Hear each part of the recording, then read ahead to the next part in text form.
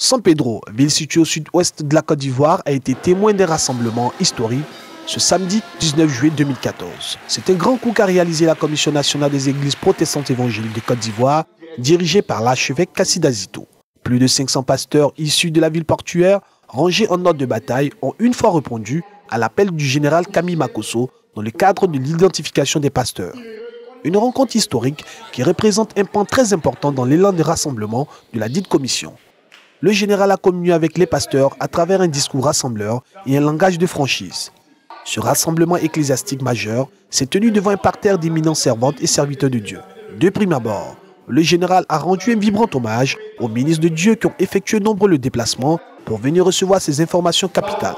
L'homme de Dieu a retracé l'origine et la vision de la commission qui a abouti à la mise en exergue de l'opération d'identification des pasteurs. Voici ce qui s'est passé à la réunion. L'archevêque était présent et Djemou était là. Il représente les églises traditionnelles. Le chef Bois-Kaï Fofana, la conférence épiscopale qui représente l'église catholique, la directrice des cultes du temple, Dao Aminata dit, comme vous êtes des guides religieux et que nous ne sommes pas d'accord, que vous êtes nos papas, qu'on puisse vous manquer de respect, apportez-nous la liste des pasteurs qui sont dans chaque obédience pour que nous on puisse vous donner le respect dû à votre rang. On nous demande la liste. La conférence épiscopale de l'Église catholique fait sortir un annuaire. Madame la directrice de l'Église catholique étant vieille depuis de 1000 ans, bien organisée, nous aimerions vous remettre en même temps de façon officielle, parce que vous savez que les prêtres sans parler, nous aimerions vous remettre de façon officielle l'annuaire officiel des églises catholiques. La directrice des plus souris, les musulmans prennent la parole.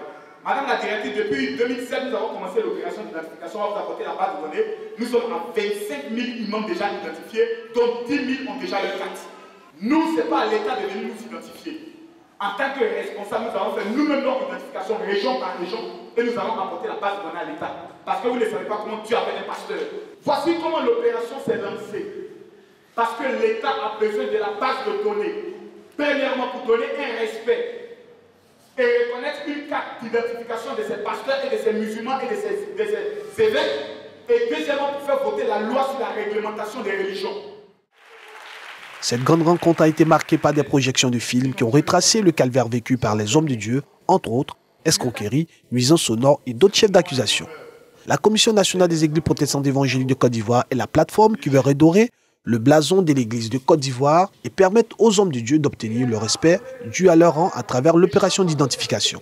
Cette rencontre a permis aux pasteurs de San Pedro d'être bien instruits sur les avantages et le bien fondé de l'opération d'identification. Après le brillant exposé du général Makosso, ce sont des pasteurs convaincus, motivés et requinqués qui sont rentrés chez eux.